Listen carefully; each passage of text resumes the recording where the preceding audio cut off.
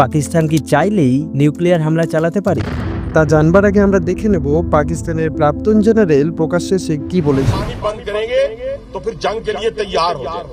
ये जो गोरी शहीन गजनवी ये चौकों में सजाने के लिए नहीं हमने रखे हुए, ये हमने हिंदुस्तान के लिए रखे हैं। बाबा ये जो 130 एटॉमिक हमारे पास वेपन है वो हमने सिर्फ मॉडल बनाने के लिए नहीं रखे हुए, और आपको पता ही नहीं कि हमने पाकिस्तान के किस किस हिस्से में। প্রশ্ন একটাই, হুমকি নাকি সত্যি তারা পারবে এমন কিছু করতে?